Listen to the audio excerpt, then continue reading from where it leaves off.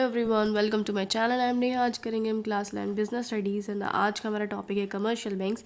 And guys, इस channel पे हम जितनी वीडियोस करेंगे वो सभी एनसीईआरटी की बुक्स में से करेंगे। देखो बुक में क्या लिखा है, commercial banks occupies a vital position. भाई जो कमर्शियल बैंक्स हैं, वाइटल मतलब होता है इंपॉर्टेंट, आजकल बहुत ज़्यादा इंपॉर्टेंट हो चुके हैं ये। क्यों? क्योंकि हमें फंड्स प्रोवाइड करते हैं, भाई पैसा देते हैं, हमको लोन देते हैं। डिफरेंट पर्पज से इधर मतलब है भाई अलग अलग पर्पज़ के लिए लोन देते हैं। चाहे हमें फर्म चलानी हो, बिजनेस चलाना हो तो हमें लोन मिल जाएगा, हमें पर्सनल खर्चे के लिए लोन चाहिए तो मिल जाएगा, कार लेनी है, घर लेना है, भाई किसी भी चीज़ के लिए मिल जाएगा लोन। डिफरेंट टाइम पीरियड से इधर मतलब है 1 साल के लिए चाहिए, 2 साल के लिए चाहिए, 3 साल के लिए चाहिए, भाई कितने भी समय के लिए आपको लोन मिल जाएगा। Banks extend loans to firms of all sizes. अब बैंक जो है वो लोन देती है फर्म्स को, ऑल साइजेस। इधर क्या मतलब है, चाहे कोई भी साइज़ की फर्म हो, चाहे छोटी हो चाहे बड़ी हो, बैंक सबको लोन देती है। अलग अलग तरीके से लोन देती है, जैसे कैश क्रेडिट, उधार में कैश ले लिया आपने। ओवरड्राफ्ट से इधर मतलब क्या होता है, जैसे कि आपको कहीं किसी को पेमेंट करनी है लेकिन आपके बैंक अकाउंट में इतने पैसे नहीं है, जैसे 10,000 की पेमेंट करनी है, आपके बैंक अकाउंट में 9,000 पे, तो यहाँ पे बैंक आपकी पेमेंट पूरी 10,000 की कर देती है। अगर आप बोलते हो कि मुझे प्लीज़ 1,000 और लगा के जो है अपनी तरफ से आप दे दो, ये ओवरड्राफ्ट हो जाता है। ठीक है, जब आपको कहीं ट्रांजैक्शन करनी है, आपके पास पैसे कम होते हैं तो बैंक उसमें पैसे मिला देती है, यूँ मान के कि आपको ओवरड्राफ्ट दे दिया। टर्म लोन्स यानी जैसे कि आपको 1 साल या 2 साल फिक्स पीरियड के लिए लोन चाहिए होते हैं। Purchase and discounting of bills का इधर क्या मतलब है, जैसे कि आपने क्या किया, आपके पास एक बिल है, 2 महीने बाद उसके पैसे आने वाले हैं, लेकिन आप बैंक के पास गए, आपने बोला ये बिल तुम रख लो और मुझे अभी कैश दे दो, जब 2 महीने बाद पैसे आएंगे तब तुम वहाँ से इस बिल के थ्रू कलेक्ट कर लेना। बैंक बोलती है ठीक है, लेकिन उसके बदले थोड़ा सा मैं कमीशन काटूंगा। वो बोलता है ठीक है भाई, तुम 100 200 400 रख लो, लेकिन मुझे मेरे पैसे दे दो एडवांस में। तो ये होता है discounting of bills. Issue of letter of credit का क्या मतलब है, जैसे हमने बाहर किसी देश से कोई सामान खरीद लिया तो बैंक हमारे बिहाफ पे गारंटी देगा भाई कि ये जो इंसान है इसने तुमसे सामान खरीदा है, इसकी पेमेंट मैं तुम्हें कर दूंगा। तो ये लेटर इशू करती है बैंक, हमारी तरफ से गारंटी देती है भाई मेरी जिम्मेदारी है तुमको पैसे देना।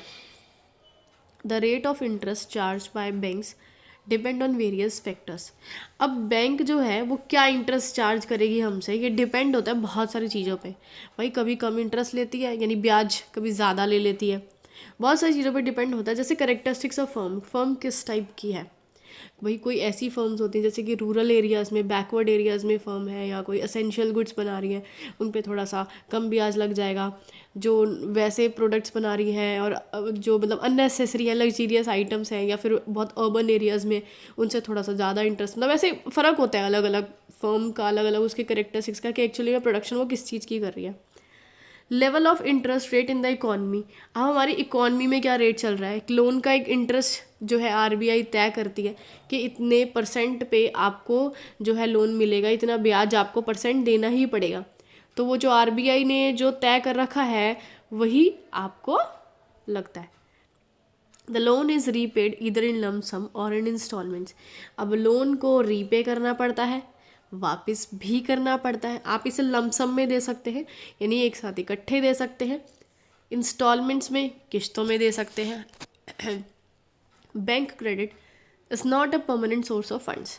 बैंक से जब आपको उधार मिलता है, क्रेडिट मिलता है, तो ये परमानेंट नहीं है कि आपके पास आ गया, बात ख़त्म, आपकी जेब में आ गया, नहीं, इसे वापस करना पड़ता है। Though banks have started extending loans for longer periods, generally such loans are used for medium to short periods.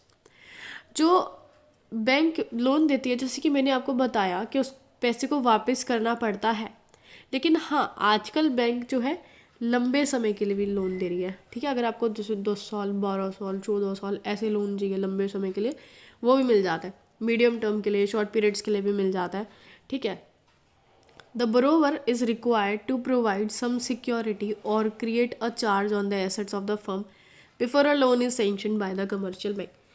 कोई भी कमर्शियल बैंक है वो आपको लोन देता है, तो लोन सैंक्शन करने से पहले यानी लोन का पैसा आपको देने से पहले वो क्या करेगा, बोलेगा आप कुछ सिक्योरिटी दो मुझे, या फिर एसेट्स पे चार्ज क्रिएट करेगा। क्या क्या मतलब है, कोई एसेट्स गिरवी रखो, कोई प्रॉपर्टी गिरवी रखो, मतलब कुछ पे गिरवी ऐसी चीज़ रखो कि अगर मुझे इस बात की गारंटी हो जाए कि तुम अगर मुझे फ्यूचर में मेरा लोन का पैसा वापस नहीं देते हो तो आपकी इस चीज़ को बेच के मैं अपना पैसा रिकवर कर लूँगा।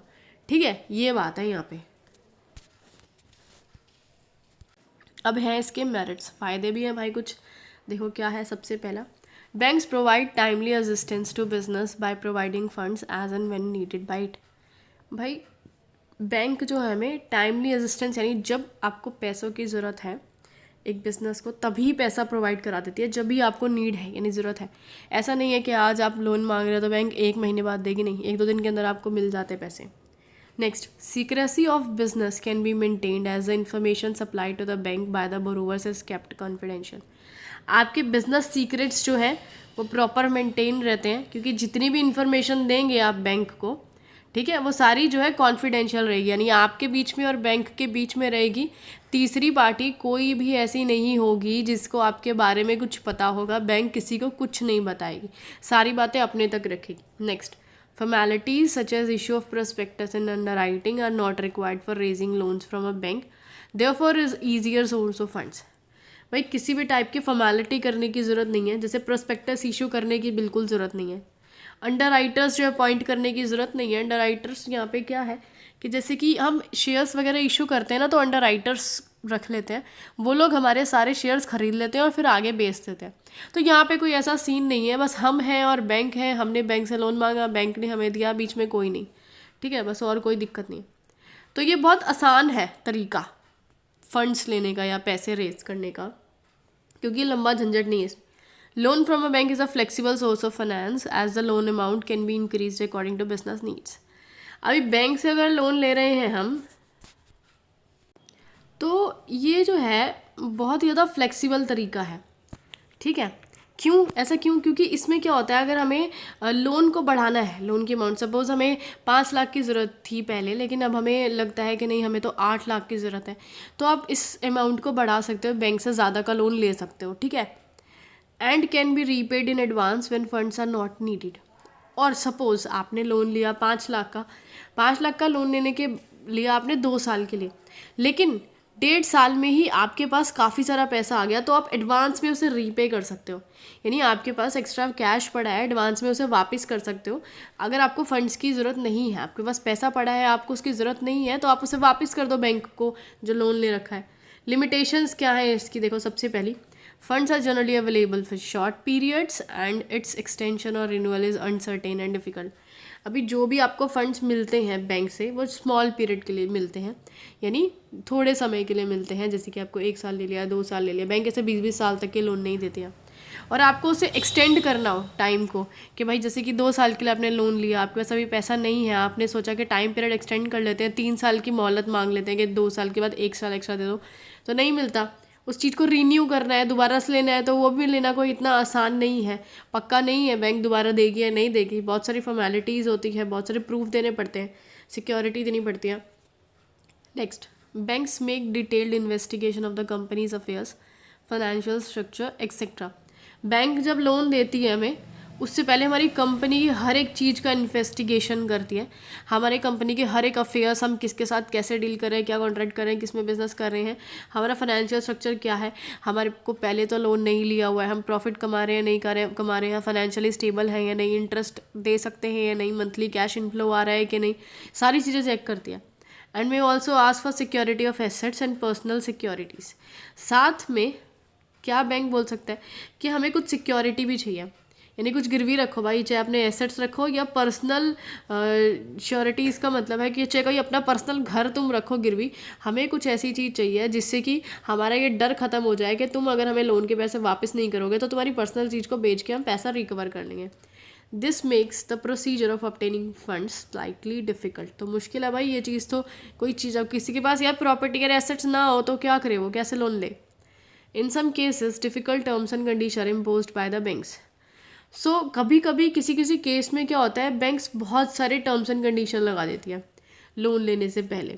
जैसे कि एग्जांपल दे रखा है, restrictions may be imposed on the sales of mortgage goods thus making normal business working difficult. Suppose आपने जो है क्या किया, आपको लोन चाहिए था, उसके लिए आपने क्या किया, कुछ गुड्स को मोर्टगेज कर दिया, गिरवी रख दिया, कि ये मेरे गुड्स हैं, ये एसेट्स हैं, जो भी है इनको आप गिरवी रख लो, एज अ सिक्योरिटी रख लो, ठीक है, और जब मैं लोन वापस कर दूंगा तब आप ये मेरे को दे देना। लेकिन उसमें रेस्ट्रिक्शन लगा दी कि भाई आप इनको बेच नहीं सकते किसी भी हालत में। सो नॉर्मल बिजनेस में आपको डिफ़िकल्ट हो जाएगी, क्योंकि सपोज़ आपको कैश की ज़रूरत पड़ेगी उन गुड्स को या उन एसेट्स को बेचने के लिए, तो क्या करेंगे आप? उनका तो कुछ नहीं कर सकते, क्योंकि तो बैंक के पास गिरवी रखे हुए हैं, यहाँ प्रॉब्लम क्रिएट हो गई है ना। तो इस सारी वीडियो